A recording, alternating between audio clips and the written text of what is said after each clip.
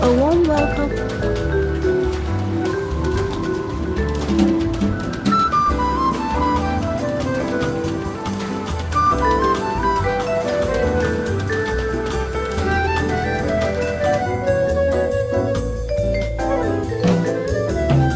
Bình ơi, hình như chị thấy anh Thắng vào rồi đúng không? Vâng, để em vào sai anh ấy. Em bảo anh Thắng mình test thử cái dịch luôn.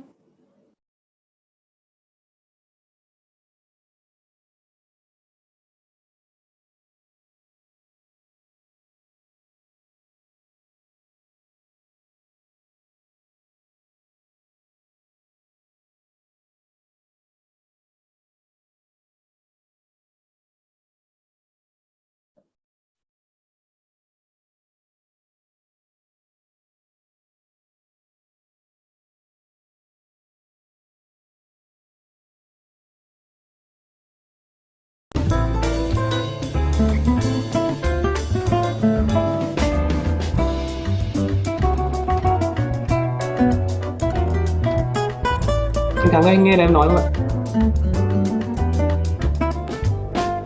Có.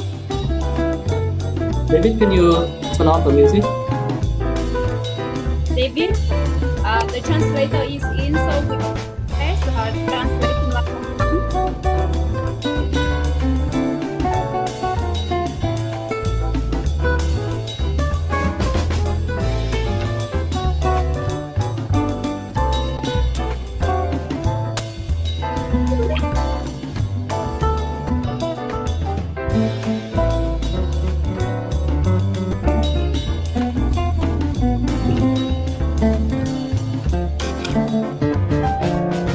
Hi David.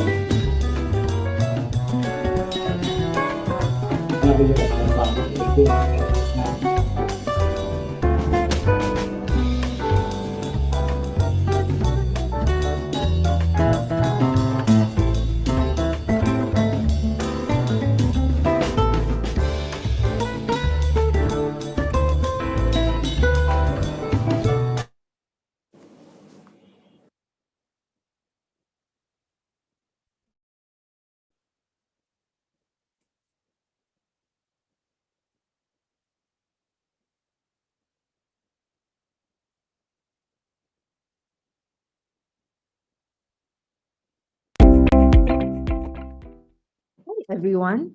A warm welcome to the webinar on AIoT and Security, a Singapore Perspective. I am Shu Hui, and I will be your MC for today. We have an exciting program lined up featuring insights from ST Engineering, Capel, and the Singapore Smart City Consortium. You will also get to hear about some exciting technologies provided by companies from Singapore and how they can be adopted in Vietnam. This session will be conducted in English. Attendees who require Vietnamese translations can switch to the Vietnam channel. Under the bottom bar in Zoom, please click on Interpretation, which is the button with a globe icon. Please select Vietnamese. Thank you. To kick off our event, we have Mr. Chu Hui Yong, Global Markets Director Hi David, of can you Southeast share from the Asian beginning? Division from Enterprise Singapore, to provide some opening remarks. Mr. Chu, please.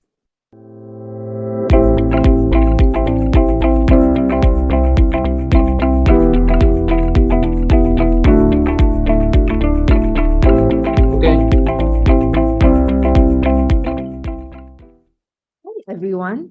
A warm welcome to the webinar on AIoT and Security, a Singapore Perspective.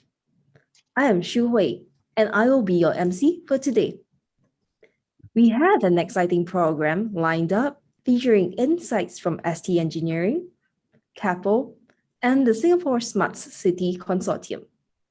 You will also get to hear about some exciting technologies provided by companies from Singapore and how they can be adopted in Vietnam. This session will be conducted in English. Attendees who require Vietnamese translations can switch to the Bình ơi, chị Vietnam ghi ok channel. rồi, em phân tích rõ rồi nhá. Under the bottom Âm thanh bar tiếng in Anh Zoom, rồi. please click on Interpretation, which is the button with a globe icon. Please select Vietnamese. Thank you. To kick off our event, we have Mr. Chu Hui Yong, Global Markets Director of Southeast Asia Division from Enterprise Mình ơi, Singapore, to provide some opening remarks. Mr. Chu, please. Thank you for the introduction. Ms. Jiang, Vice President and General Secretary of Vinasa, ladies and gentlemen, good afternoon. I would like to thank Vinasa and Associo for this collaboration opportunity to be part of the Smart City Summit. I hope that this event will encourage more Singapore and Vietnam companies to explore opportunities to partner and collaborate. For those who are unfamiliar, Enterprise Singapore is the government agency championing enterprise development. We are also Singapore's Trade Development Agency and National Standards Board. On enterprise development, we work with companies to build capabilities, innovate, and internationalize. In Vietnam, we have 2 overseas centers, Hanoi and Ho Chi Minh City. My colleagues in these centers work closely with the Vietnamese government and corporates to facilitate Singapore companies to access the market. Singapore's journey of becoming a smart nation has long been embedded in the country's development journey. With our ambition to transform into a digital-first Singapore, we needed to harness technology for health, transport, urban living, government services, and business. Both Kepler and ST Engineering, who will also present at the breakout session, played key roles in Singapore's transformation and can offer expertise in sustainable development, infrastructure connectivity, and urban solutions to other cities seeking to take reference from Singapore's model. Smart solutions were also instrumental in managing the COVID-19 situation in Singapore and supporting our transition to become a COVID-19 resilient nation. Allow me to share a few examples. AI video analytics company Graymatics embedded existing CCTVs with the ability to monitor adherence to safe behavior. This includes the proper wearing of masks and social distancing, which reduced the need to deploy.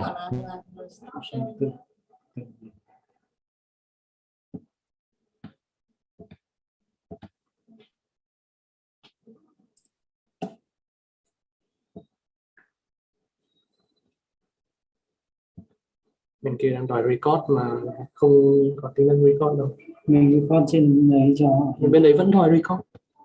thì có bản record đây. Họ bảo là họ vẫn cần phải record. Thì vẫn record mà. Nhưng mà họ muốn là record đầu bên họ ấy.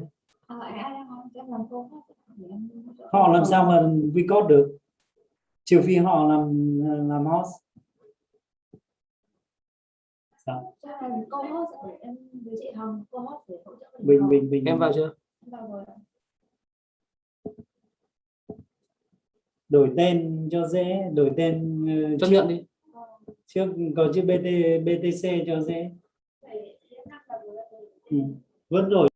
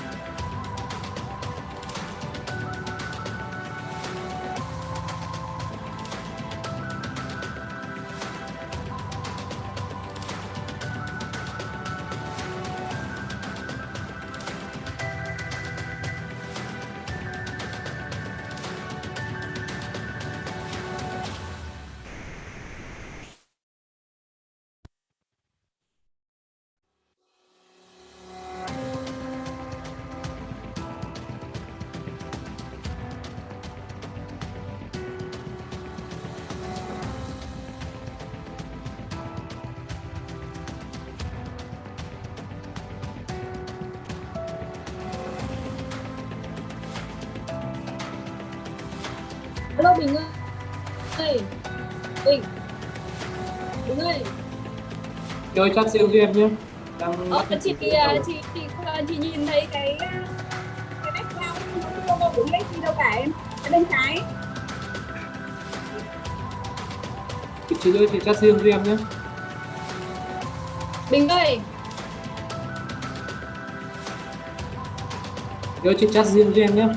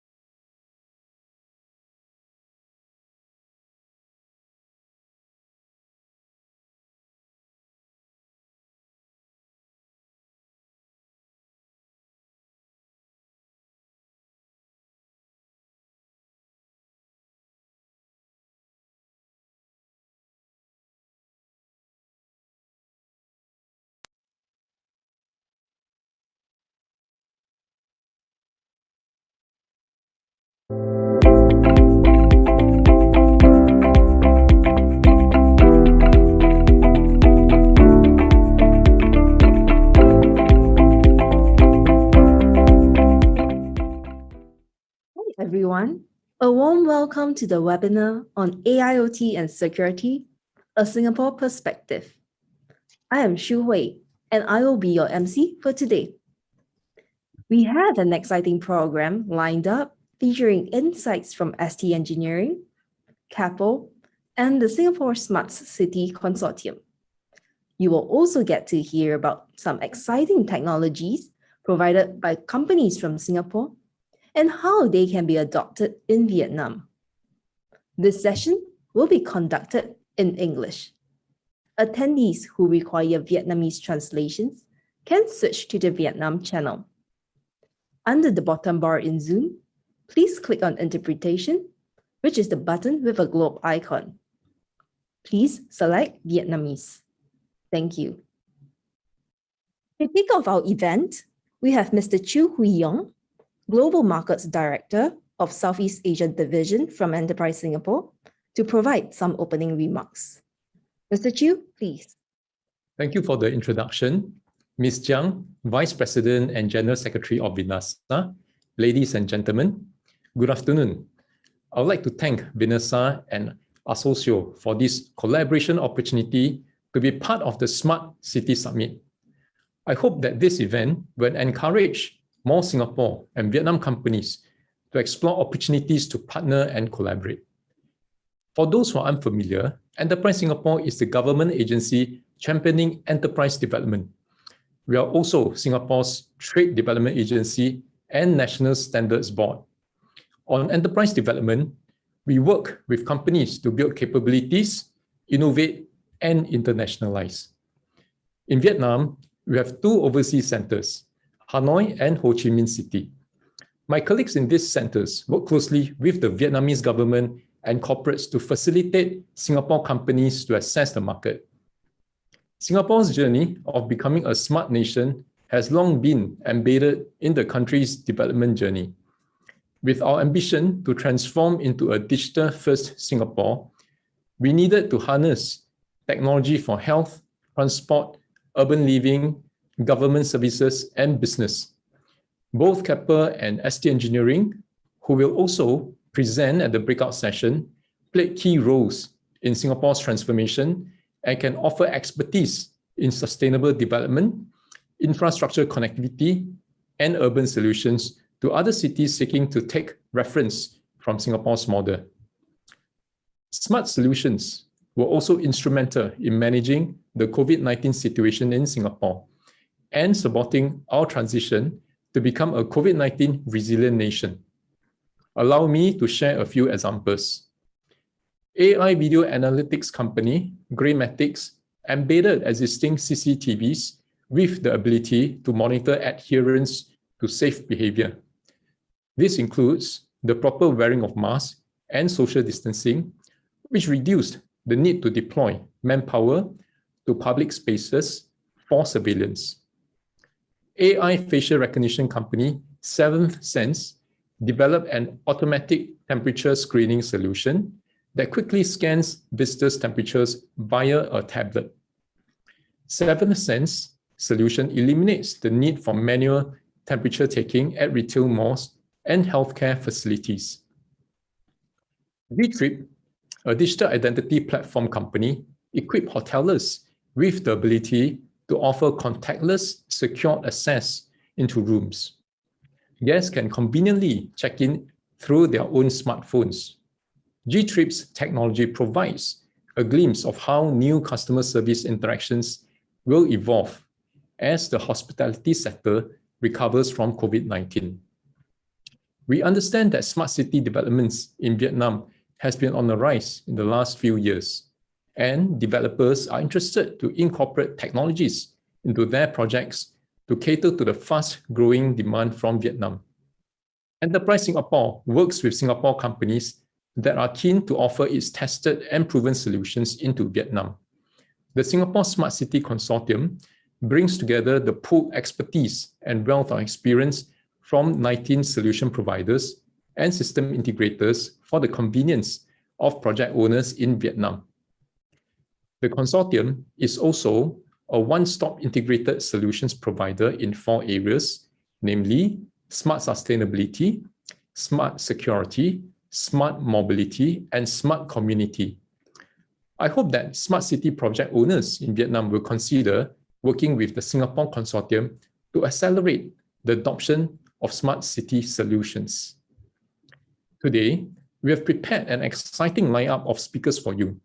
I believe this breakout session is just the beginning for Singapore and Vietnam companies to forge meaningful partnerships in smart cities projects. On this note, I wish you a very fruitful summit. Thank you very much. Now, let us invite Ms. Jiang, Vice President and General Secretary of VINASA, to provide some remarks. Ms. Jiang, please. Mr. Chu Hee-yong, Global Markets Director, Enterprise Singapore, distinguished guests from overseas and Vietnam, ladies and gentlemen, a very good afternoon to you all. Firstly, I would like to send you a warmly welcome and thank you very much for your time to attend the seminars on AIoT and security, a Singapore perspective today. As you all know, Singapore is one of the leading countries in the regions in technology and smart city. As the new released Smart City Index by IBM recently, Singapore is the smartest city in the world for the third year running. Can say that all visitors coming to Singapore are all impressed by the green, very convenient and advanced development of the country. Key factors for this success are national strategic projects. Among that, Smart Nation is one, and the strongly support from Singapore government. From yesterday, we are listening to many presentations and sharings from both Vietnam and other countries. At this seminar, you will have a chance to listen to updated information, achievement in smart city in Singapore, and new technologies, trends, and solutions. At present, Vietnam is having more than 40 provinces having smart city programs. Cities and provinces are all eager to carrying out digital transformation programs in all governance activities and economy to bring benefits and convenience to the people and develop the local economy. So with this seminar, I really hope that all the audience will find values from presentations and sharing from Singapore speakers. We can provide information and connection for further cooperation between companies and cities of the two countries in technologies and especially the smart city field. Finally, I would like to take these opportunities to thank Enterprise Singapore for your cooperation to organize this seminar at Vietnam, a social smart cities summit. I wish you all good health and happiness and enjoy the seminar. Thank you.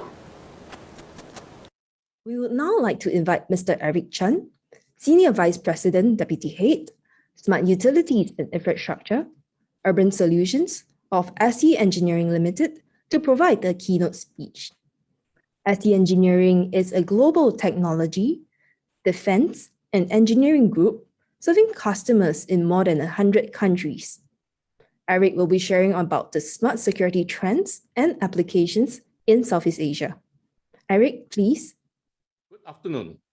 I'm glad to give this keynote speech on the topic of smart security trends and application in Southeast Asia. For past 3 decades, I'm very active in this industry and will share some of my observations on the market direction. Security was and is the purpose of protecting premises from illegal or unwanted intrusion, and started with physical barriers and locks. Now, more such devices are being digitalized and with very powerful processing power. We are seeing a lot of such devices in the market, and we'll discuss more in detail later on. Next, biometrics. Biometric is what that determines who you are and is becoming the way you will communicate with smart devices. The trend is actually to move away from flashing your ID card and keying in password this will be soon become obsolete. The wide use of biometric is the trend.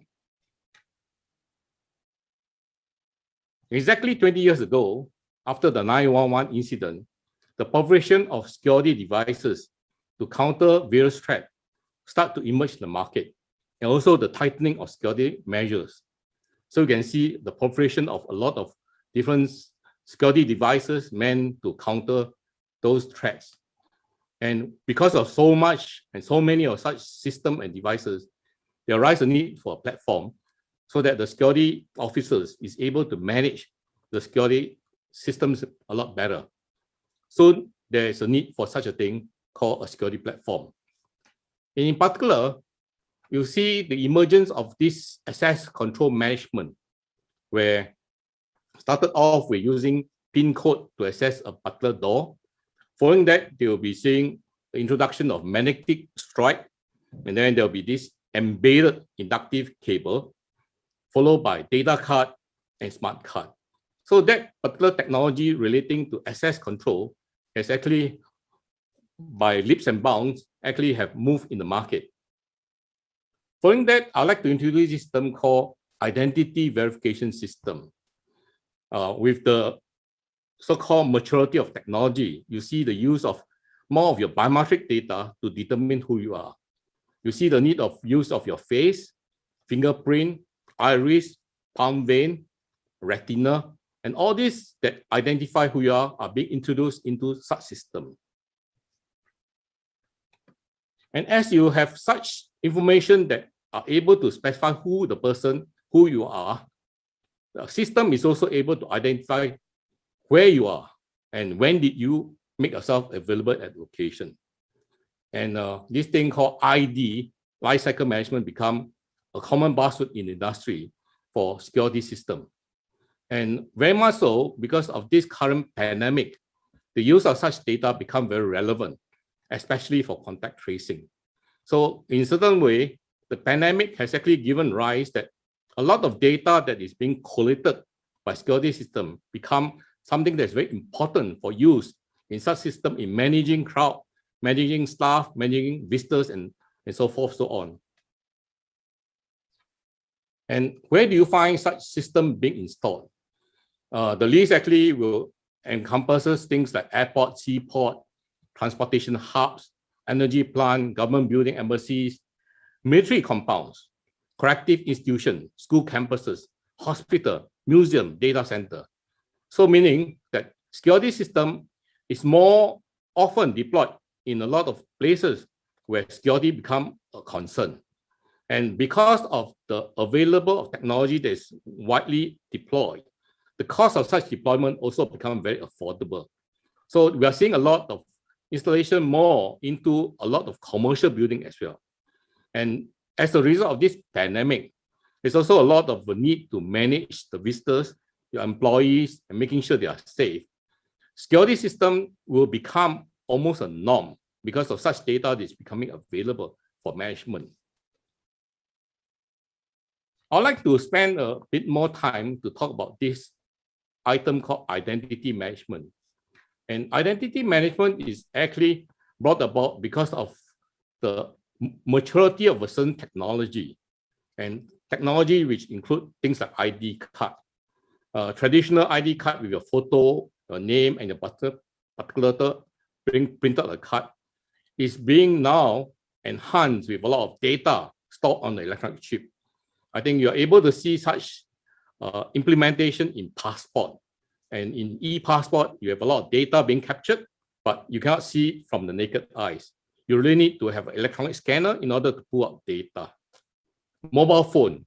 The last decade or so, mobile phone has become a device that's so powerful that it brings along with you. I remember those days that I implemented security system for prisons.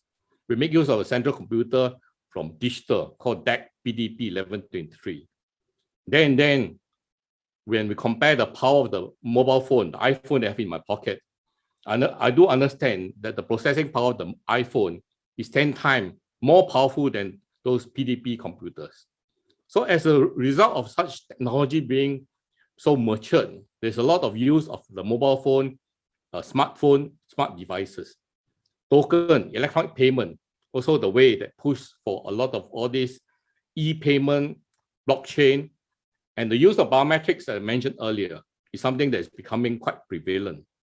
And vehicle number with license plate recognition technology being very matured, we're able to identify a car license plate, the make, the color, and a lot of other details.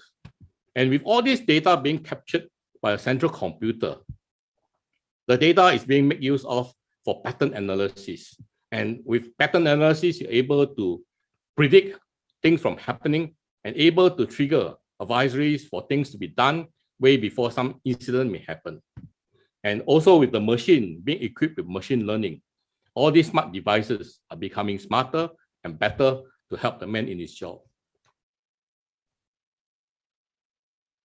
And the standards that is being put in place to identify a person, ID, I think there's a need to actually look at things like possession, knowledge, being. Possession, in the past, you have a smart card that identifies who you are. The knowledge, the PIN code, or the password that you enter to enable a system is a knowledge that you have. And you being there is something that is important, that you are the person that's presenting the card, you're the one that is entering the PIN code. This has been in the past been one of the deterrent of full-wide implementation of identity management. But now with the need of use of biometric, all these problems are being solved. Because when you present your biometric, you are the person that in possession of your personal traits. You are there. There's no need to verify that the card belongs to you. You are presenting a biometric. And only when you're being there, then you're able to present your biometric data. And now, because of such information being made prevalent, there's a lot of standard relating to dictate how information relating to biometric is being captured. And that is where in Singapore and in a lot of countries, there's this standard relating to how information are being captured and also in adherence with international standard like ISO. And most important is that when such information are available, how do you make sure that it's being safe? So there's a lot of requirements relating to cryptographic, how you actually encrypt the data so that it's being safe and it's not made available and fall into the wrong hands. And with biometric, there's a lot of requirements relating to how do you register information, how do you do mass enrollment, how do you pull data, and then whenever some requirements of ad hoc enrollment, how do you go about doing it? And such technology are not widely available. I just like to give you some example. In some of the projects implement, there'll be kiosks that allow walk-in visitors to register biometric data. Or in some other projects, we actually use mobile phone to capture the data of the individual. Not only his personal data relating to him, but also his exact biometric, his facial, his iris, his fingerprint, and all those data can be captured using a mobile phone. And when all these data are being captured, the processing of such data is now at the edge. And when the person approaches the gate, automatically identify the person, his face, his iris, and as he walks, the gate automatically open for him. And all this data now is being made available easily and is compatible with a lot of different vendors. And so it's very much vendor agnostic because of the standards that is being complied with.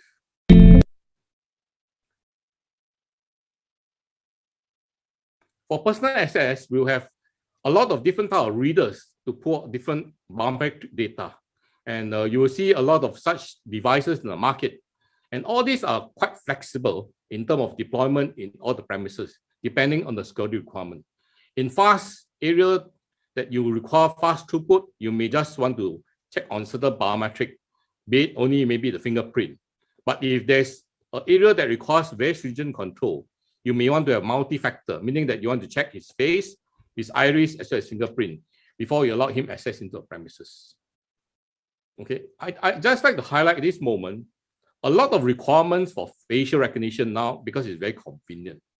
But do bear in mind that with the mobile phone and the ability to capture high resolution photo, it may possess a threat that somebody with a very high resolution photo may try to pass off a particular person by showing that photo to a facial reader. So in some of the systems that we do implement, there's a lot of requirement to make sure that there's liveness, meaning that you make sure that the actual person is there. And there's a lot of tricks involved in how do you check whether this is a live picture and not a photo being taken or a video is being shown.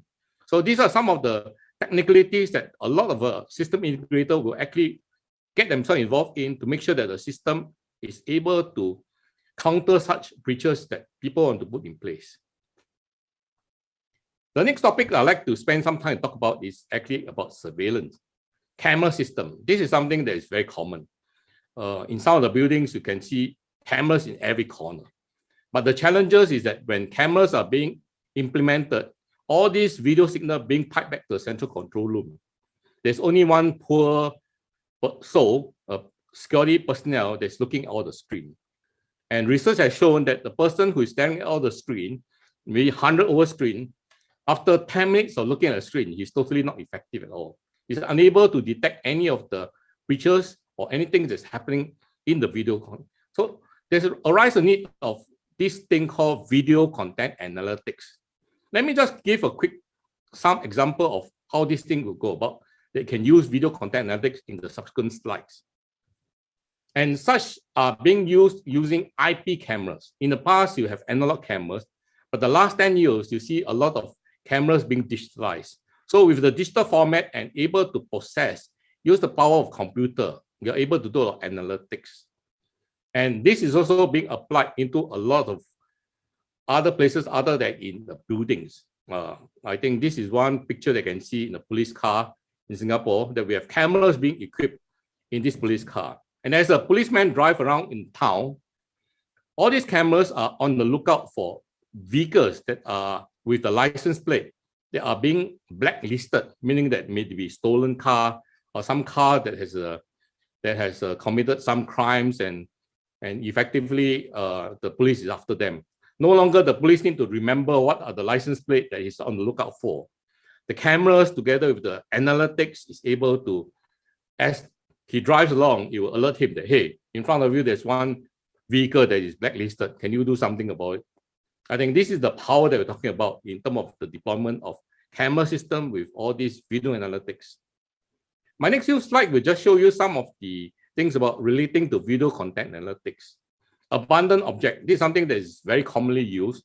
Somebody come along, he pretend that he's engaging in a phone call, he stand around, leave a bag, and then he will just wander off, leaving the bag. The bag could be something, could be explosive. A system with video analytics automatically pick this up and automatically alert the security personnel to go to a site and pick up and take a look. Another easy example of video analytics is that a person would like to enter into a premises, although you can see there are fences and effectively prevent him from coming in. But he tried to do a tactical movement. As he climbed out the rock, then he tried to intrude. Video analytics automatically picking up and alert the security personnel. Next, this is a typical scenario in the airport where there's a direction flow that's important. You only allow passengers to actually exit from the gate. Then you can see somebody in a jacket going against the flow. Automatically, the system picks him up and alert the personnel. There's a lot of other analytics we would not want to go into detail, but it's get a lot more sophisticated. Things like fight detection, outlier, crowd detection. And now with this thing relating to social distancing, with video analytics implemented on selected cameras, you're able to alert the security personnel that somebody has violated this thing about relating to social distancing. And this is something that is easily implemented. This is something that is quite interesting, face capturing. Although you don't have a database relating to the people that you're trying to capture the facial, the system remember every individual and effectively lock them into the system. I do remember one incident that I have a special requirement by my client to say, can you identify some personnel that are so-called loitering in my premises? And typically, if somebody wants to commit a crime, he will do a recce of the ground. He will actually come to the place, take a look at the environment, identify where's the place that he can commit his crime. And so if this guy do come to the premises and just loiter around and on a few days consecutively to look for pattern, the system is able to identify such personnel. So I think such use of video analytics is very powerful. Next, I'd like to show you an example of how video analytics can be used to deploy to capture vehicle and also identify the vehicle speed. This is easily deployed and is very common in a lot of cities in Southeast Asia, where enforcement officer now has a very easy job. The video content analytics is able to pick up accurately the license plate number, as well as on which lane and at what speed the vehicle is going. And now, with the sophistication of technology, is able even identify the car make and the model number, as well as the car color. I have quickly actually walked through what are the various smart devices, smart security being implemented. But all in all, with all these security systems, there's a need for security platform to help you to manage better. So there will be a need for real-time situational awareness and effectively able to respond in case there's an alert. And once you respond to a situation, are you able to measure the effectiveness of all these measures that you put in place, and then able to improve on this? And then with the data analytics, you're able to even to do preemptive action. And all these preventive intelligence are being input into a system. And you actually put it as part of planning and compliance. And this will be iterative cycle that you're looking at. So integrated security system actually now add a lot of intelligence and management tools, allowing the security personnel to be more effective. Last but not least, I'd like to share an example of how the use of different technology.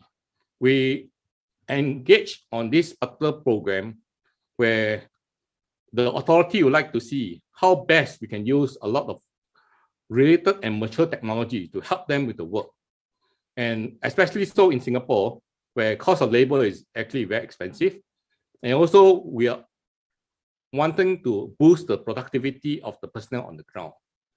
And so we are able to use the technology relating to ID management, license plate recognition, biometric management, and robotics.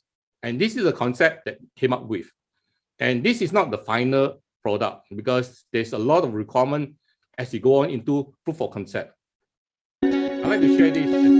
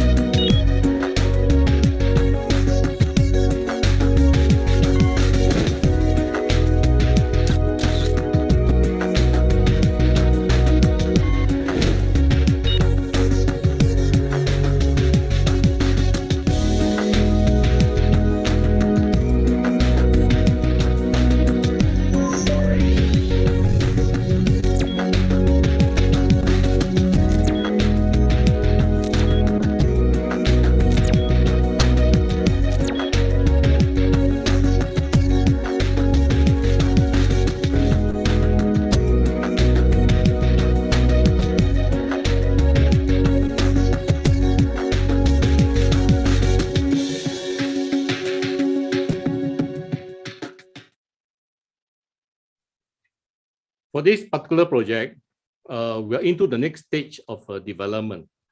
Because of the COVID-19 pandemic, there's a need to actually avoid the use of your hands to touch on the mobile devices. So we are upgrading the system to actually incorporate iris reading, meaning that the system is not going to pick up your fingerprint, but rather it's going to look at your iris and then identify a person. And it leaves me now to thank you for listening to this keynote speech and wish you a great day ahead. Thank you. Thank you, Eric, for your insightful sharing. Let us take a pause now to better understand the audience who are joining us for the webinar today. You should see a poll pop up on your screen by now. If not, please select the poll button at the bottom of your screen. Kindly select your response to the questions and click Submit. Please take the next few seconds to do so.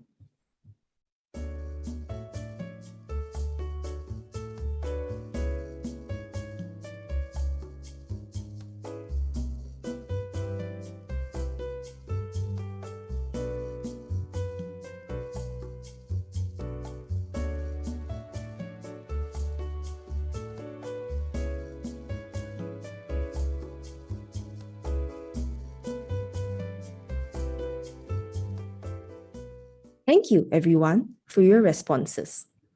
We will now have Mr. David Tan, General Manager from Keppel Urban Solutions, to share about how the latest smart solutions, including smart security and urban solutions, have been incorporated into Keppel's assets to give it an edge. David, please. Good afternoon. This is David Tan from Keppel Urban Solutions. Very happy to work together with ESG for this wonderful summit. Today, I will spend about 15 minutes sharing with yourselves on smart and sustainable development, largely from an urban solutions perspective. Now, cities today are confronted with a major climate change problem. And this runs both ways because climate change affects cities while cities affect climate change as well. And this problem is very real. As you know, cities account for more than 75% of global CO2 emission. And the extent of and the impact of climate change is very significant to the work that we do. And how is that significant? Now, carbon reduction in response to climate change challenges is actually the unifying measure of sustainable development.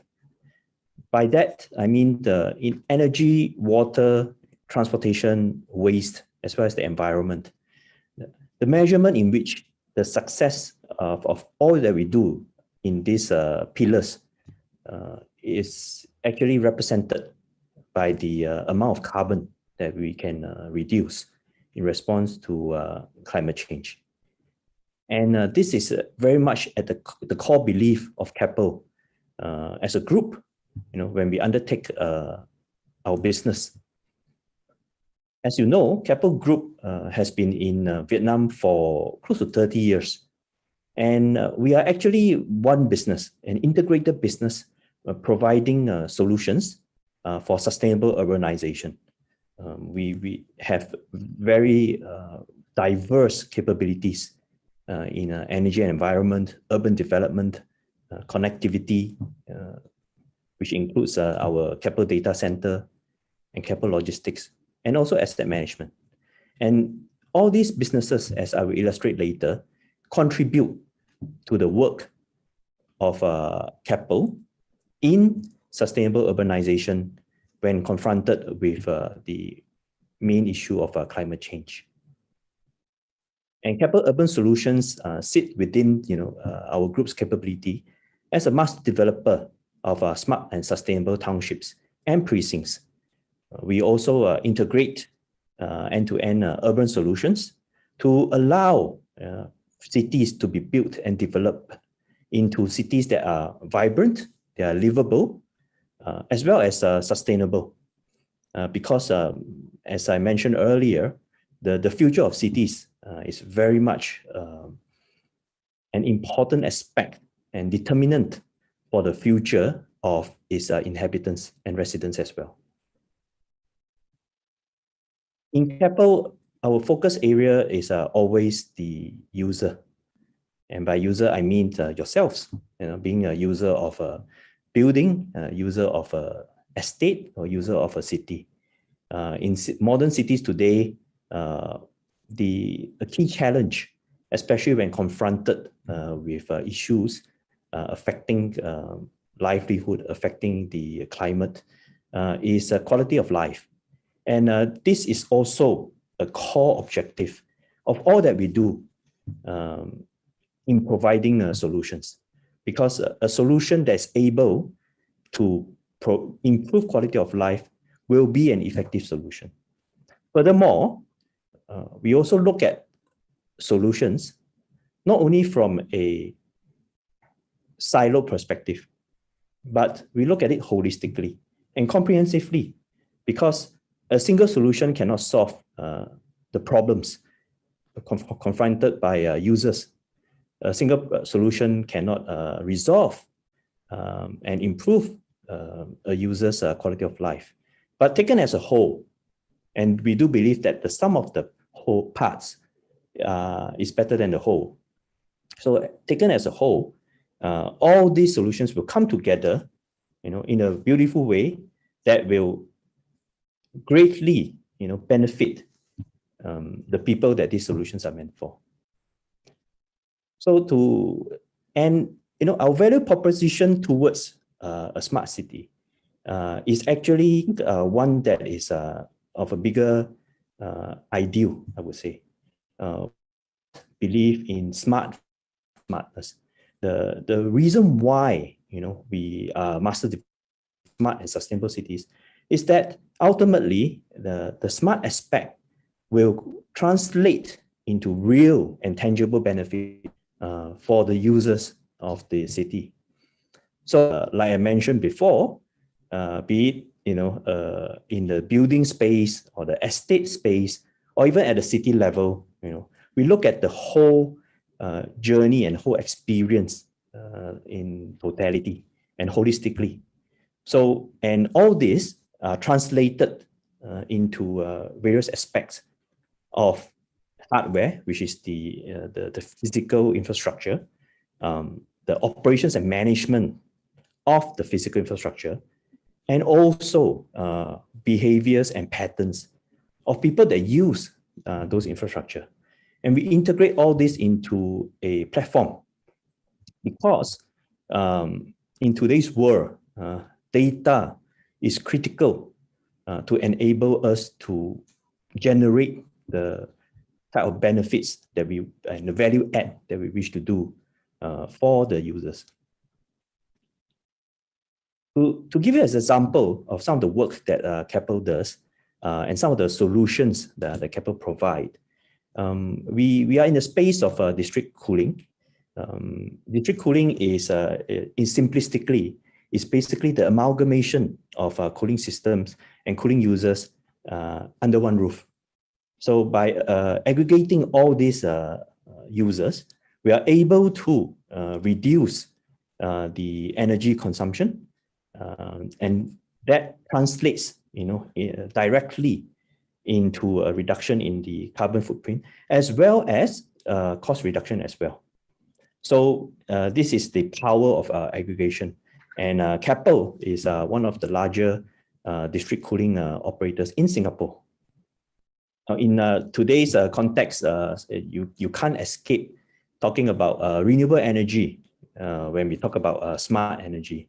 So Singapore has announced a green plan which sets the goals and aspirations for the country by 2030 for energy. And Keppel Bay Tower is our headquarters in Singapore, Keppel Group's headquarters, and is Singapore's first commercial development to be fully powered by renewable energy. So in essence, our HQ is a smart building, and we are very proud of it, because it is a real case, a real test case of the type of work that Keppel does and how it can benefit users like myself, in a office environment. We are also involved in water, and one aspect about water management, especially when it comes to the water footprint, is the integration of different users of water and different system of water management, into one holistic system, okay, that can allow as much as possible the recycling of water. When you are able to create a circular loop in water management, the amount of savings of water is actually tremendous. And this can be done through technology, right? Let's say, for example, in grey water treatment or in rainwater harvesting, even in cooling water system, or through more natural means by design of urban spaces, by putting in vegetated swales and bioretention ponds. And this is something that is very important in the context of Vietnam as well, because Vietnam as a whole, especially in cities like Ho Chi Minh as well as Hanoi, generally, are confronted with water and flood issues. So, for example, in one of our projects in Vietnam, called Saigon Sports City, for those of you in Ho Chi Minh City, you should be quite familiar with this project. We have a strategy and a plan to incorporate water-sensitive urban design into the project for the purpose of building a flood-resilient township. And this includes, like I mentioned, smart irrigation, where we use technology to manage the water flow of Saigon Sports City. Another aspect of that is very critical to a smart city is, of course, waste. Keppel, as you know, we are actually an operator of an integrated waste management facility. Now, in waste management, the key consideration for any developers, any governments, is actually the efficient handling of the waste and how this waste is able to be recycled into the waste loop. And the beauty about recycling waste into waste loop is the amount of carbon that footprint that you're able to eliminate is actually tremendous. All in all, like I said, a smart city does not exist with singular solutions. The whole idea about the smart city is to be able to create a circular economy through integration. Now, we have a smart city, and we are very proud of it. That is in Tianjin Eco-City. Tianjin Eco-City, as a smart city, has a command center. It also has a very specific KPIs to govern the smart cities, so that the city knows that it is meeting its objectives. In Tianjin Eco-City Seasons Estate, we have even established a smart community. As I mentioned earlier, the user and the community, they are integral to all and every solutions that we do. So in a Season Smart Estate, we have simple things like a smart garbage bin. We have solutions that cater to the security requirements of the community. For example, temperature screening, access, and so on and so forth. Some of the more interesting solutions are estate monitoring, sensors, where we monitor movement and even errant behaviors. We have a smart control center, which I'll show you later. We also have shared parking lots, which are automated to enable the residents to benefit from the overall infrastructure of the estate. And last but not least, we cater to all the entire community, including the elderly, as well as the young. So as you can see, all these smart solutions, we do integrate them under a platform that's operated by Keppel, called the Keppel Smart City OS. Basically, this platform is necessary to enable all the solutions to together, make the city management more effective and more timely, and also for cost optimization. This is the city brain of Tianjin Eco-City, which basically looks at and takes care of all that happens and matters within the city itself.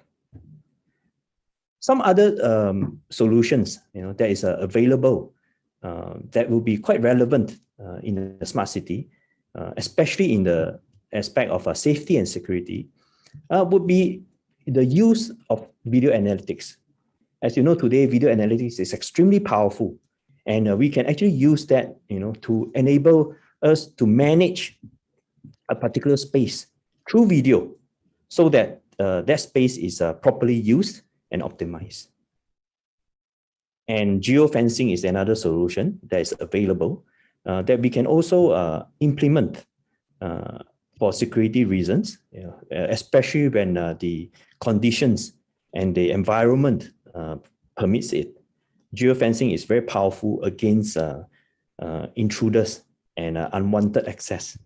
So these are some of the solutions which are very pertinent to a city operation. Some examples in Singapore include, of course, monitoring system for littering and even surveillance for smoking. Now, in conclusion, the future of cities is actually one that should be and must be livable, intelligent, resilient, and inclusive. Like I said earlier, ultimately, the quality of life of all the users, of the residents, must be improved through the smartness of the city. And this will have a spillover effect, positive spillover effect towards the city, the users, as well as the community and nation. Last but not least, just to end this presentation, you can see that Keppel is in the business of transforming. And this is best represented by our transformative journey for Tianjin Eco-City from the past, today, and looking forward to the future. With that, I thank you for your time. Let us take a pause now for a short poll again to understand your interest in smart cities. You should see a second poll pop up on your screen by now. If not, similarly, please click on the poll button at the bottom and select Submit after you are done. Please take the next few seconds to do so.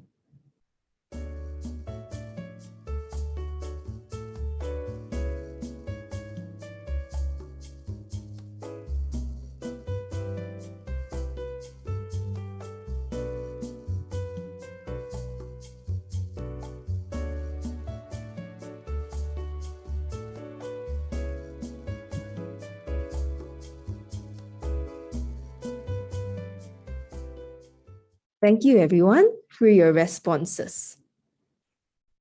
For the next segment, we are glad to welcome back Mr. David Tan from Keppel Urban Solutions. Alongside is Ms. Pui Li Ying, Managing Director of Planet Spark. Li Ying is representing the Singapore Smart Cities Consortium.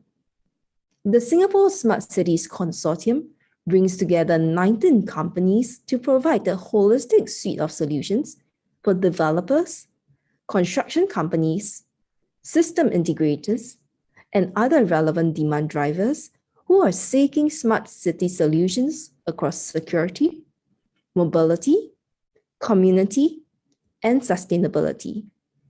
Please welcome David and Li Ying as they discuss how developers and smart city solution providers can work together. Over to you, please. Hi, I'm David Tan from Keppel Urban Solutions. And today I have the pleasure of having Ms. Li Ying from Excel Point to share with us all some of the trends as well as observations for smart urban solutions in the Vietnam market. Hi, Li Ying. Vietnam National Digital Transformation Program has been announced with a particular focus for optimization of the government, smart traffic, and safety and security. So in light of this transformation program, what are some of your observations of the trends as well as the market for smart urban solutions in Vietnam? Hi everyone, I'm Li Ying from Excel Point as well as Planet Spark. So Excel Point actually is leading the current Vietnam Smart City Consortium. So we have just started actually this year on 1st of August, but Excel Point as a company has actually been in Vietnam for about 10 years. So we have seen Vietnam grow in terms of infrastructure growth, development, properties, and now technology. I think it has become one of the alternative powerhouse to the likes of China, US, and I think we see a lot of exciting trends coming up. Through our teams, I think we have really looked at 3 broad categories like smart mobility, smart sustainability, as well as automation that has been coming up in the recent years. I think we look a lot into AI and specifically AI surveillance, AI cameras that actually are required to actually improve the lives of people. And I think enhancing connectivity. So we actually see things like Wi-Fi 6, 5G, and anything that actually allows for interconnectivity of devices. These are all trends that have been popping up. And we are really excited. And the companies that we have chosen within the Vietnam Smart City Consortiums are also targeted to solving some of these solutions. Thanks. Yeah, in KUS, we look at smart cities and urban developments from a holistic point of view. By that, I mean the sum of all parts of the solutions actually is greater than the whole. So you mentioned AI, and automation. How do these various solutions come together, be it through a network like a smart city consortium, or even on their own in terms of planning as well as delivery?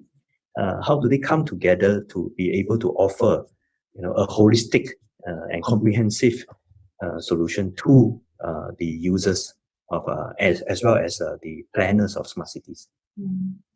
I think we have seen that a lot of times developers and planners, I think in the past it's very targeted towards how the building looks like, how certain developments should be, how they envision the building to look like.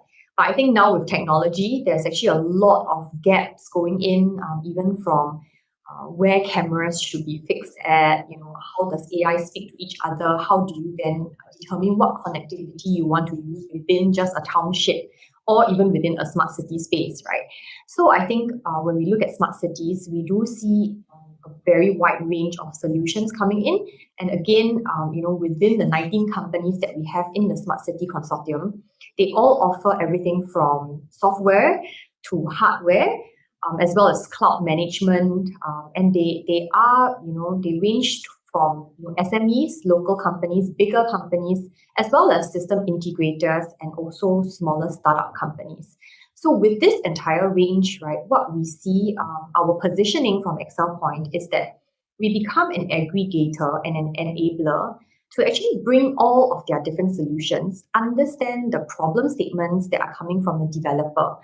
For instance, a developer will be at the forefront, understanding that maybe, a particular shopping mall or building would require people counting, monitoring systems, certain automation, robotics.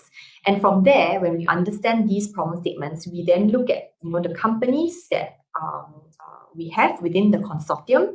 We then pick out what kind of solutions can be actually co-developed, or even if there are already existing solutions that we can then offer to be built in together with the infrastructure that's ongoing within the smart city itself.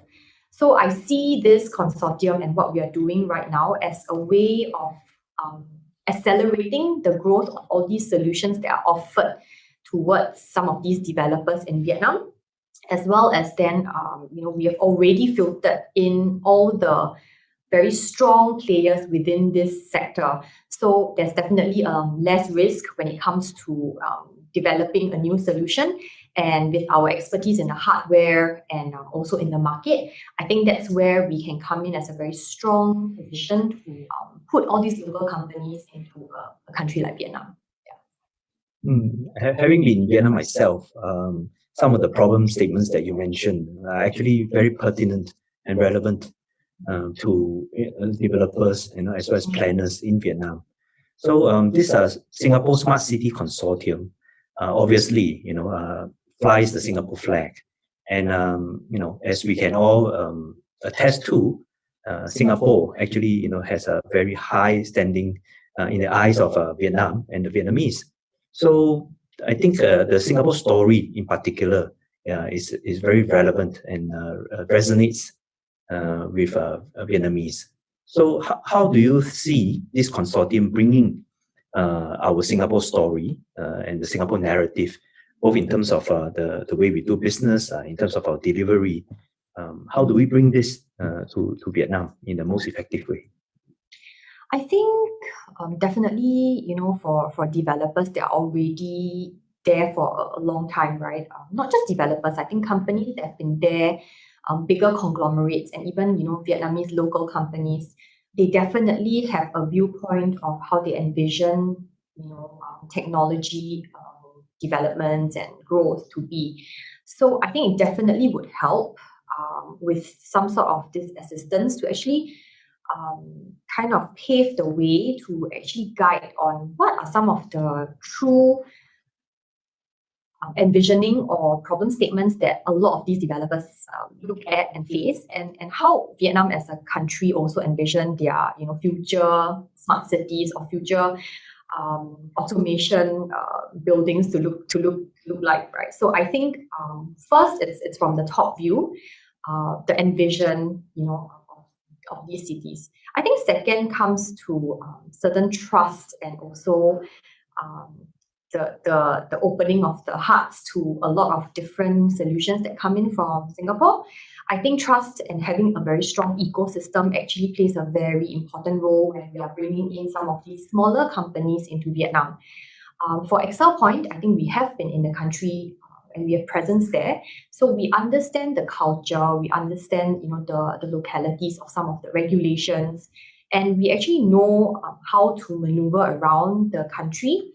So it does help to have someone who guide the smaller companies, especially startups and companies that have not ventured beyond Singapore, to join hands, right, and come together to be a part of this.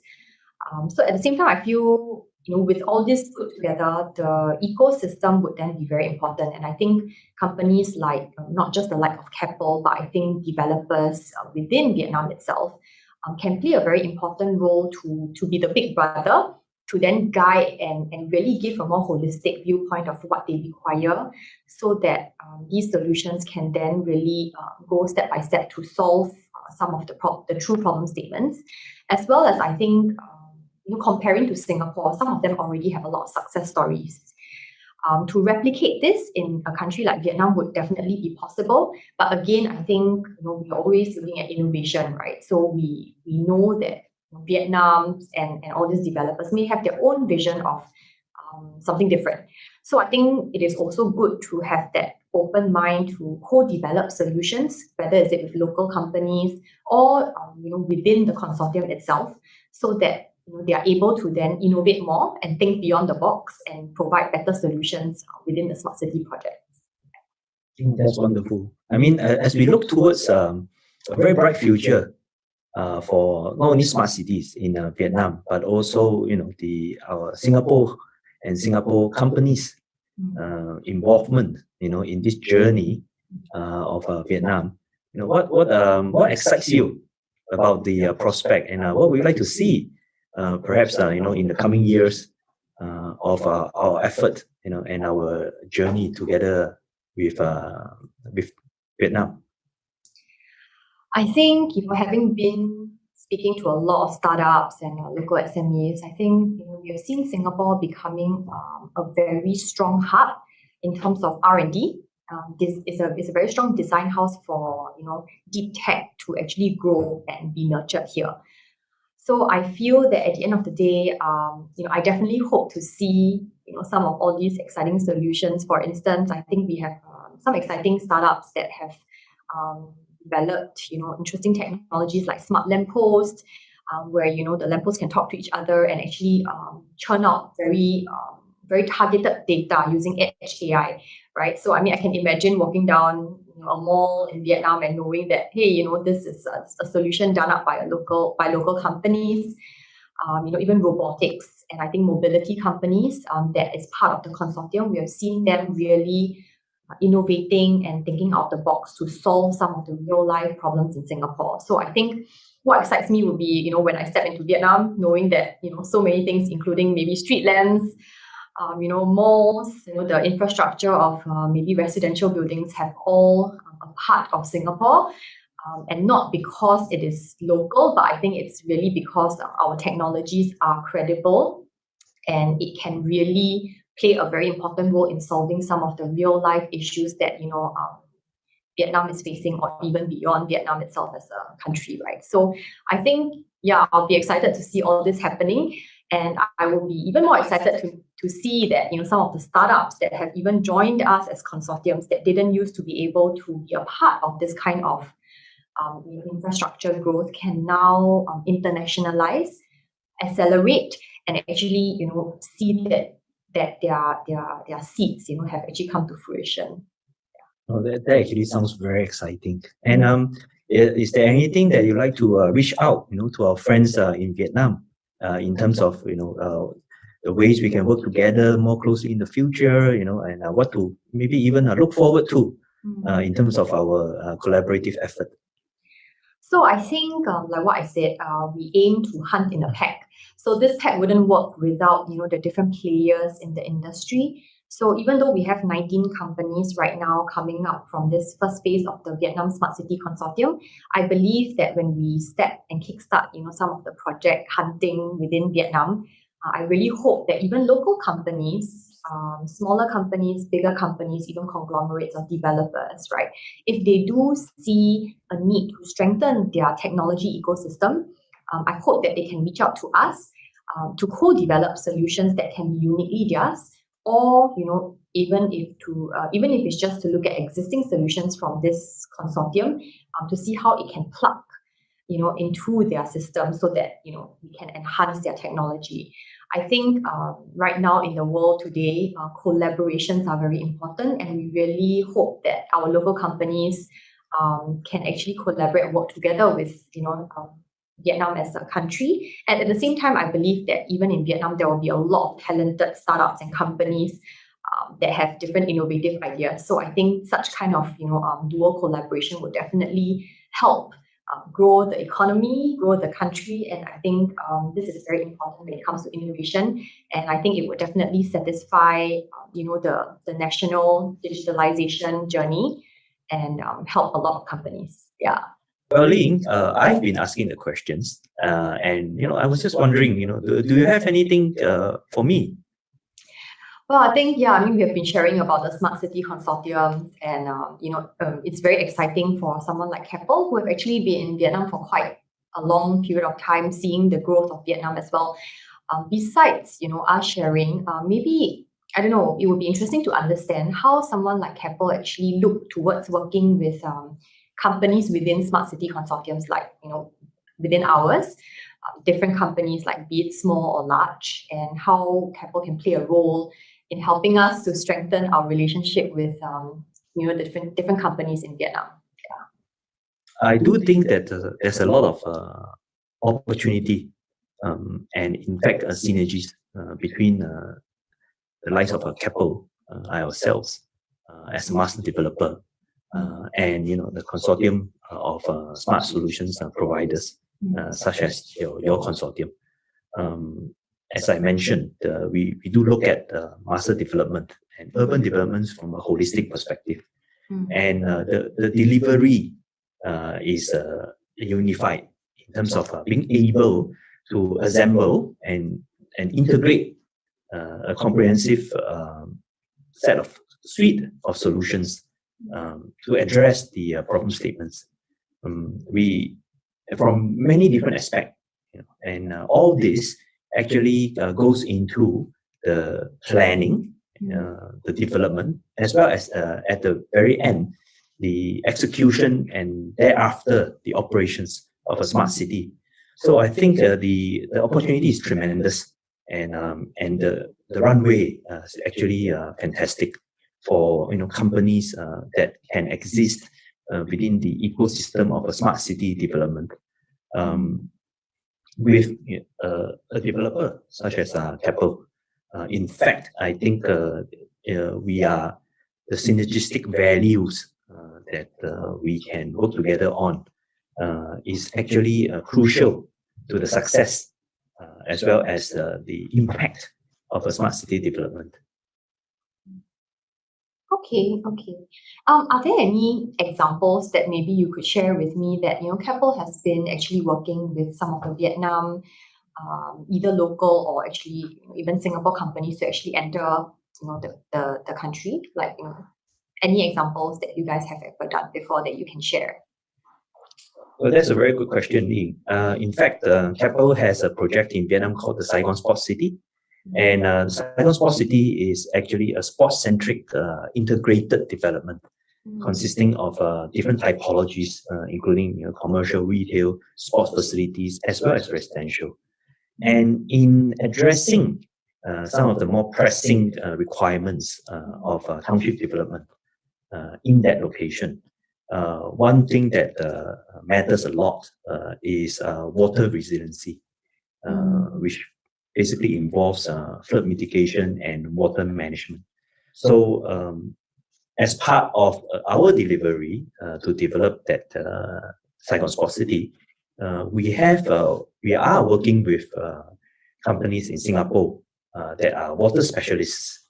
So and to formulate water sensitive urban design for Saigon Sports City, and this is just one example of the companies that we work with, Singapore companies that we work with, to be able to offer a complete and comprehensive solution for our projects in Vietnam.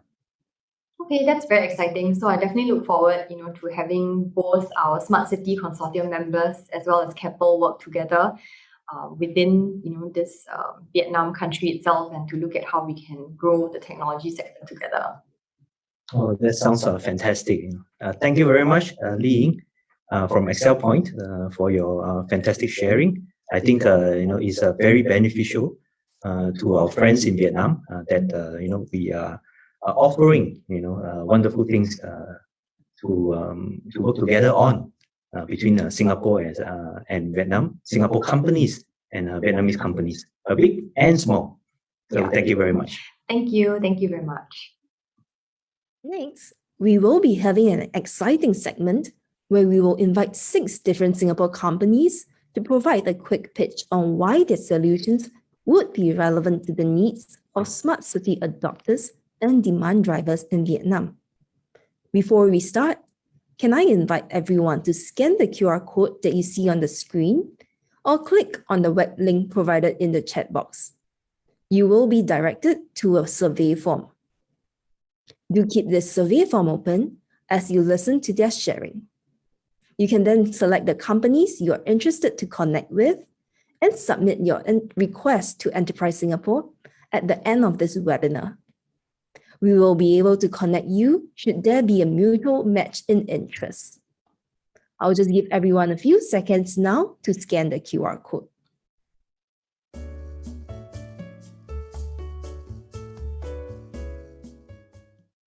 Let us now welcome G-Trip, who will share how its contactless solutions will enable guests to gain access to hotels and offices using their smartphones and check in safely. G-Trip, please. Hi everyone, I'm Samantha from G-Trip. Today, I will be sharing with you how hotels and offices in Vietnam can make use of our technology to provide a safer environment for everyone, especially in this post-pandemic world. My pitch today will focus on the hospitality industry, but similar concepts have also been applied to the commercial real estate space. Founded in 2014, G-Trip can equip hotels with the right digital tools to transform some of the existing hotel practices. We now serve more than 25,000 hotel rooms regionally, and our proprietary photo ID verification technology has verified more than 1 million photo IDs to date. Our company is invested by local and Japanese telco companies and venture capitalist firms. Our digital identity platform leverages on both photo ID verification, such as passport and ID scanning, as well as biometric verification technology, like facial recognition, to authenticate a person's identity. We ensure that our product is always built securely, where we use the 256-bit encryption standard that are used by banks, and we also comply with the necessary privacy standards. Our digital key module makes use of Bluetooth technology, which means that the door lock hardware will need to be Bluetooth enabled. We have several esteemed customers under our belt, including Dusit Laguna in Singapore, Sands China Casino Properties in Macau, and the Hana Hotel in South Korea. More and more boutique hotels are also coming on board with us, both locally and regionally. We have recently garnered increasing interest from Vietnamese local chains who are keen to work with G-Trip to transform their check-in process and gear themselves up to safely open and welcome guests to their hotels as travel restrictions begin to ease. To provide a seamless end-to-end solution, we also ensure that our system works with the major systems in the hotel, like the property management and door lock systems. When hotels in Vietnam adopt the G-Trip solution, they will be able to minimize or even eliminate physical contact between guests and staff for some parts of the guest journey. To achieve this, we provide a web-based pre-arrival check-in and check-out solution, as well as an optional digital key module via a white-labeled mobile app. Our web pre-arrival registration can be performed remotely before the guest arrives at the hotel, replacing the traditional method of registration at front desk. With a valid reservation, guests will be able to scan or upload their passport or ID image, submit guest details, and provide additional room information such as their estimated time of arrival. All these details will be pushed to the property management system via the cloud. On the day of check-in, guests will be asked to provide their credit card details for pre-authorization purposes, perform a facial recognition scan to verify their identity, and submit a check-in request to the hotel, all via their own mobile device. They will then have the option to pick up a physical key at front desk or download the mobile app to receive a digital key. Opting for a mobile key will provide guests with a completely contactless experience and help to alleviate queues and congestion at the hotel reception. Once the hotel app is downloaded, guests can provide their booking details, indicate the person requesting for a key, verify their identity using facial recognition, and receive a digital key that they can use to access their guest rooms using Bluetooth technology. Checking out is also a straightforward process on the web, where guests can view their outstanding bill, make payment, and check out. Their reservation will then be checked out automatically without the need for them to approach the reception counter. To further enhance the contactless end-to-end experience, the hotel front desk will also be provided with a back-end dashboard. This will serve as a digital tool to allow them to perform their day-to-day operations more effectively. This ensures that interaction between the hotel staff and guests only happens when necessary. Once again, at G-Trip, we provide hotels with an innovative, safe, and scalable solution in this post-COVID world. We empower both staff and guests to adapt to new technology that can bring about increased efficiency and productivity by adopting contactless and paperless processes. In the commercial real estate space, we provide access and visitor management systems to digitize work processes and open up possibilities using a person's own face or smartphone to create a more contactless experience for everyone. Companies in Vietnam may consider adopting G-Trip's solution as you open up and welcome more visitors. Do head over to our website at gtrip.com or drop us an email if you are interested to find out more. Thank you. Next, let us welcome Grammatix, who will share about its AI-powered intelligent video analytics solution and how it is relevant to you. Grammatix, please. Hello, everyone. My name is Jagdeep. I handle business development and pre-sales for Grammatix Singapore office. Grammatix is an AI-based video analytics company, and we are originally founded in Silicon Valley, but we decided to have our focus market as APAC, and hence our headquarter in Singapore. We have won multiple awards globally from several tech-related technologies and deployments. Graymatics, as I indicated, is an AI-based platform which provides data from the existing CCTV infrastructure into a rich dashboard format, which can help you to understand the data in the CCTV feed, can help monitor, do surveillance 24/7 in smart cities, in building management companies, where it's a very crucial element for us, every security personnel and security industry. To give you an example, this is a video footage from Manhattan, where we deployed this video on our platform, our AI-based platform, and on a real-time basis, we were able to perform this analytics right from vehicle analytics, people analytics, clothing analytics, into a very detailed format, which is what is the vehicle number, what is the model of the vehicle, what is the demography of the person, if the vehicle is parked legally or illegally. So these kind of detailed data from the CCTV is provided into a dashboard format, apart from the video footage. Apart from providing the data, as I said, we provide into a rich dashboard, which gives you deep insights on a very granular level. And in parallel with dashboard, we also provide instant alerts on several platforms like WhatsApp, Telegram, or SMS for instant monitoring for any anomalies and surveillance needed activity to be done in smart city or a building management context. Our platform, very easy to port. It can easily deploy on a cloud platform, on an edge platform, or a data center, connected with the CCTV on a centralized manner, and also this platform is deployed on several GPU platforms from Intel, from HP, from Dell, NVIDIA, and we are closely working with them, and we have optimized our analytics, which can be performed in a very low-cost manner. For instance, to give you an example, one GPU can support up to 40 to 50 cameras with multiple analytics on it.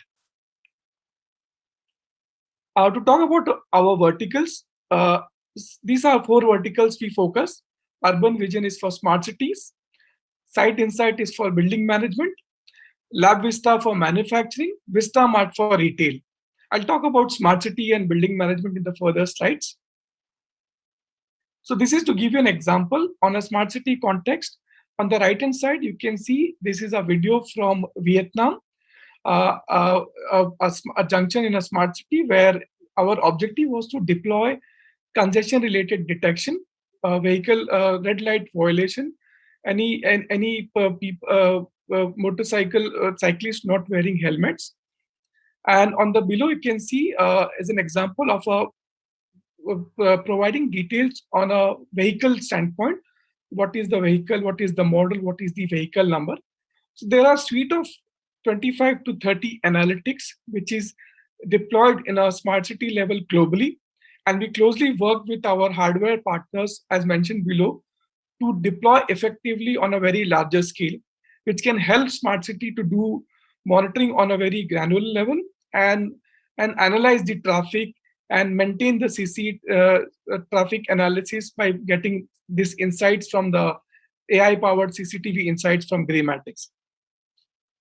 On a building management context, we provide 24/7 surveillance to property owners like S&S, Capital Land, Housing Development Board, and like intrusion detection, abandoned object detection, illegal car parking, checking available car parking slots, which can be provided into a rich dashboard format. And talk about references, we have worked with Viettel Group, Win Group, we have an engagement with Nualand in Vietnam, we have an engagement with Heineken Vietnam, deployed smart cities on a global level in Malaysia, India, Indonesia. Thank you so much for your time. Looking forward to meet ahead. Thank you. Let us welcome Ademco Security Group, who will share how it safeguards people, processes, and technology of more than 8,000 institutions since 1977. Ademco, please. Ladies and gentlemen, My name is Trần Hải Chiêu. I'm Director of TNT Technologies, an entity of AIoT Security Group in Vietnam. AIoT Security Group is Asia's leading security provider, serving and safeguarding people, processes, and technologies of more than 8,000 institutions since 1977. AIoT security solutions and integrated service offerings can be found in military bases, government facilities, financial institutions, and chemical, oil and gas installations. In Asia, AIoT is operating in Singapore, Malaysia, Indonesia, Philippines, China, India, and Vietnam. In Vietnam, we operate under the name of TNT Technologies. TNT has provided security system for Nội Bài International Airport, Terminal 2 in Hanoi, and many other foreign investment factories all over the country. To the smart city, AIoT is very pleased to introduce our security as a service solution, which is called VerifSuite, in which we receive data and signal from security equipment through the network infrastructure of smart city to our central monitoring and command center with 24/7 operation. We provide the operator and security manager of clients with the capability to manage and control security all over the facility, as well as to every corner of a facility. We also provide local users with the capability to monitor and control security of their own property. Through this collaboration, AIoT enables situational awareness, intelligence, communication to better safeguard the smart city ecosystem and its citizens. Our core solution for VerifSuite is VerifSuite Video, in which we utilize latest technologies of video analytics with artificial intelligence to monitor video, receive alarms, verify situations, and have related party to take necessary actions. We also have a feature of VerifSuite Video with a video guide tour, where our agent do a computer assist video tour to the facility. In general, compared to traditional model, VerifSuite Video provide the benefits. Pay as you use model. You don't have to invest a big money to your security system. We have long-term commitment to your security with our complete warranty and support.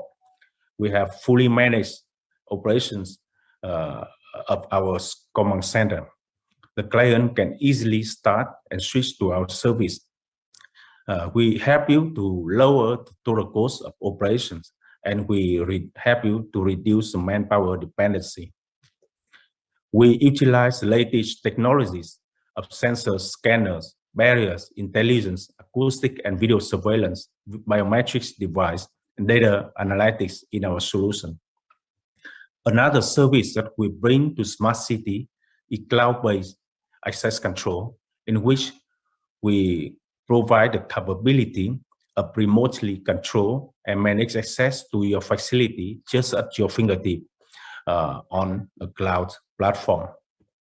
It is very suitable for owners and developers with multiple sites of warehouses, condominium, office buildings, power stations, telco, power tower, and food and beverage facilities. Finally, our security as a service VerifSuite solution is designed to meet your needs. We build the system for you, and we run the service for you with 24/7 response from our central monitoring center, and complete warranty and support, and on-site deployment and response when it is needed. Thank you very much.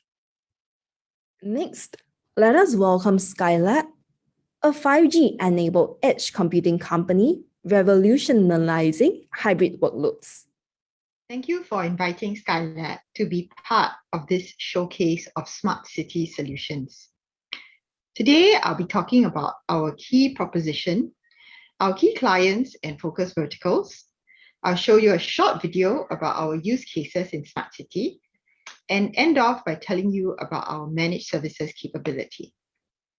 Skylab is an edge computing and industrial IoT company headquartered in Singapore and Vietnam.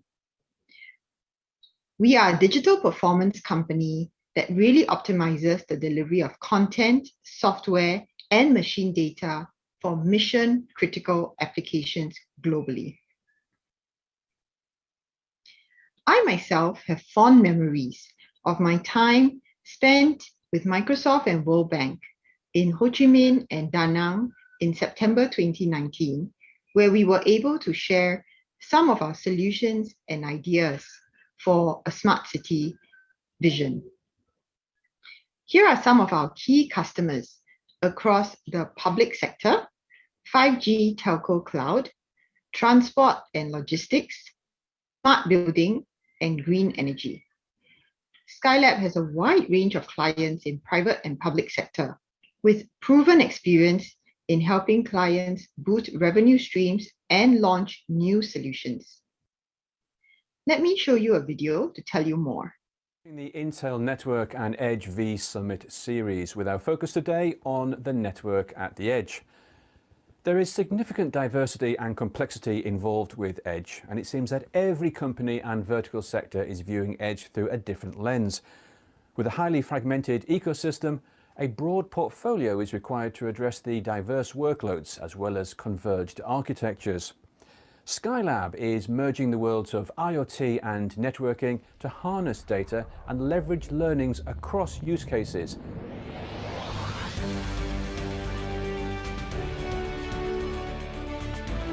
Skylab has an advanced application enablement platform that will work on-premise, off-premise.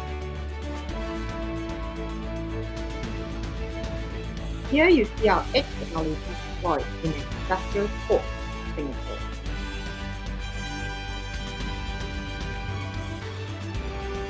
As well as in gas stations in Indonesia with license plate recognition.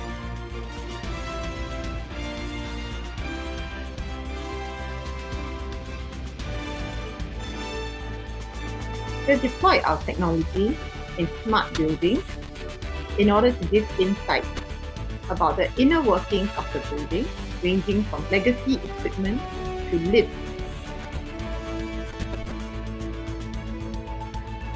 On the high seas, Skylab technology provides connectivity, cybersecurity, and we have worked with GovTech on the Smart Lamppost project.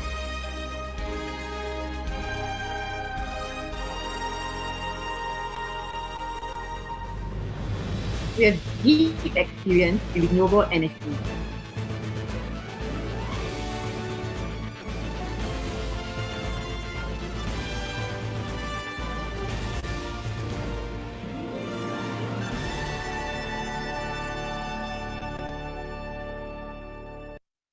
Skylab has applications across all of these verticals, and we hope that they will be useful for you in Vietnam. From intelligent transport to smart estate and edge cloud. We support all of these services from 2 central hubs in Singapore and Vietnam via a 24/7 managed services team, and we provide DevOps as well to ensure that applications that you need can be written in an agile manner. Skylab is accredited by Microsoft, Intel, NVIDIA, Red Hat, and other global technology organizations. We are proud to have been selected to present at the ASEAN Summit 2018, as well as having our solutions recognized over the years. We look forward to working with you to making sure that your vision is smart building, green energy, 5G telco cloud, and intelligent transport will be able to leverage the best of Skylab solutions in Vietnam. And thank you for your time. Let us also welcome Adira Global Smart Tech, who will share how it enables digital transformation for automation, KYC, and payments. Adira, please. Good afternoon, everyone. My name is T Meng from Adira Global Smart Tech. Adira Group is a Singapore global company with more than 35 years in secure data handling, employing more than 700 employees with 10 locations across Asia, serving more than 100 customers, including banks, insurance, government, telcos, retail, and transport.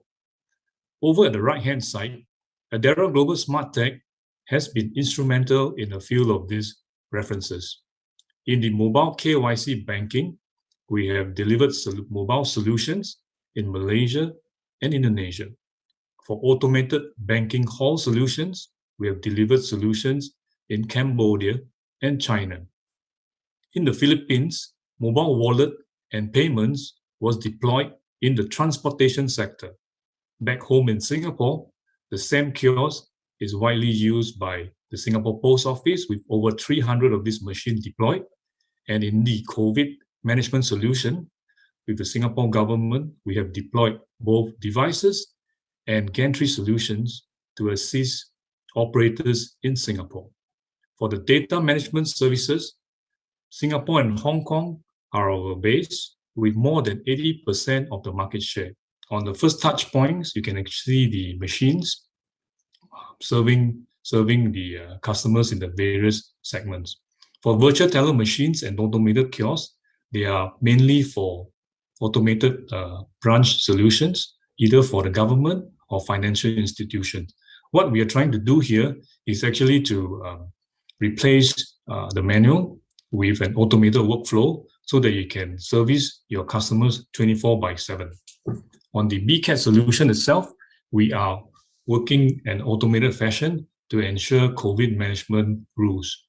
E-wallet and mobile app, together with mobile transit ticketing, are solutions for the mobile payment space. So in terms of e-wallet and the transport application, supporting these touch points are our platforms, key platforms in unified biometric platform, terminal management, transport fare systems, and e-commerce platform. And supporting this platform are our core technologies in terms of the biometrics application, image AI, big data analytics, and transaction analytics. In terms of the biometrics algorithm, the facial recognition is a homegrown technology. We are actually the top 30 in the world. To sum it all together, how this can benefit the Vietnam market, we can look at the case study in the digital automation, onboarding, and KYC. In terms of the machine itself, it is an automated workflow that replaces the agent and enable the financial institution to operate 24/7 in a compact footprint instead of the normal big branch that you're accustomed to. So in terms of the processing cost itself, it's reducing 70% of the processing cost so far from our customer survey. Digitally, in terms of the migration, because everything being processed in this solution are digital, there are no paper trace. So in terms of processing, the application has been cut down from 1 hour to 10 minutes. So in terms of the machine itself, it's also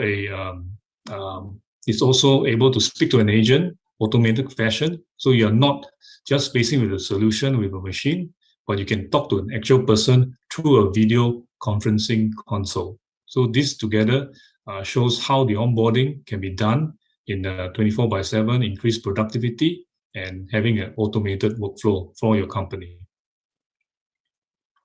So finally, at Adara Global Smart Tech, we are in the automation, identification, and payment space. So we serve medium and large enterprise. So what you can look forward to is a total solution package that's modular and customizable in terms of both hardware and software. In terms of ease of implementation, we use some of our technology to actually interface with your existing backend as well. So for the customer benefit itself, you can look forward to an all-in-one solution in terms of cost efficiency for its business operations, additional generation opportunities through our solution, and fast time to market. And finally, in terms of having the operational intelligence and visibility of your whole organization. With that, I thank you. We will now have with us 7sense Artificial Intelligence, a deep tech AI company with core competency in machine vision. Seven Sense, over to you. Hi, I'm Vikram from Seven Sense Artificial Intelligence. We are an edge video analytics company. We are funded by 500 startups, capitalists, and a couple more family offices. The company was founded in 2019 by Varun, Ashish, and Sam. Varun is the tech genius behind this company, where sold an earlier company called 10Q, which started, and to Intel McAfee. We are basically working on vision AI. And what we do specifically is we do it at the edge instead of doing things on the cloud. Why we do it at the edge is because of low power, environmentally friendly. A CPU consumes 14 watts of power instead of a GPU that consumes 200 watts of power. So it's more sustainable to do it at the edge. And it is lower cost. If we have to send all the data to the cloud, the data cost itself from the video data itself will be around $2,000, and then there will be cost of the hardware and the cost of the power. So all this cost can be reduced when doing at the edge, because edge hardware consumes only 14 watts of power. And there are no privacy concerns. Your data is your data. We are not storing your data into any of our clouds or anything like that. You have complete control over your data. So we have a couple of customers and partners. Intel is one of our customer partners who's reselling some of our solutions, and ST Engineering is reselling some of our solutions to the defense and security industry. And one of our big customer is Housing Development Board, which is the HDB in Singapore. We have a couple of solutions. We have an on-premise FR server that we want to offer to the Vietnamese market, Agent 7 Android app, and Edge AI handheld facial recognition solution. An on-premise FR server can be used to integrate into existing products like the building management system or the attendance system.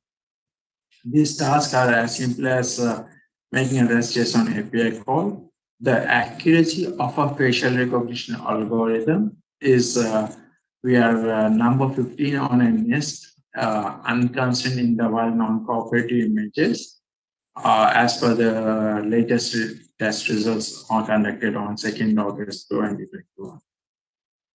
And there is a significant cost savings in terms of the hardware, and an i7 8th generation processor can process up to 14 to 15 facial recognition requests per second. Data security, data is stored locally on your machine. So the second application that we have is an Agent 7 mobile FR app. It is good for the security guards, where they can install the Android app on their Android mobile phones, and they can use it to check for persons of interest. So it is pretty much very easy to use. You can do a simple face search, and this whole app is connected to the FR server at the backend. So the next solution that we have is an Edge AI handheld FR solution. All the edge processing of the facial recognition is done on this small device. And here it's an edge device, and we can do up to 5 images, 5 faces in a single frame. The database is also secured. Even if the device is stolen, the database can be remotely wiped out from the command and control module, and unlimited faces can be added to the backend. Even then there's no network connectivity, this device works because we are processing it at the edge. So this is how it looks. This is a handheld device which the security guard can just have it, and as soon as there's an alert, it will send the alerts to the backend for further action. And some people can use an Android app. Not everybody need to have this device. Some people can just use an Android app to check it, depending on the security needs of the company. So the same application you can install on a laptop as well. You don't need to have a handheld. You can install on a laptop, connect a USB camera, and there you go. You set up a portable facial recognition system in just a couple of minutes. And the alerts as shown here, they have popped up on the backend in the command and control, where the date and time are there. And when we click on them, you'll show more information on who they are, at what area they are in, and stuff like that. Thank you. Thank you to our speakers for sharing more about your various unique solutions and how they could be relevant to adopters from Vietnam. With this, we would like to thank everyone for joining us for the webinar on AIoT and Security, a Singapore Perspective. We would like to encourage the attendees today to reach out and network with the speakers.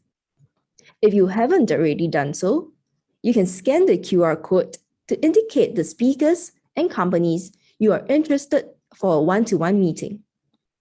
Enterprise Singapore will link you up for a separate discussion if there is a mutual match.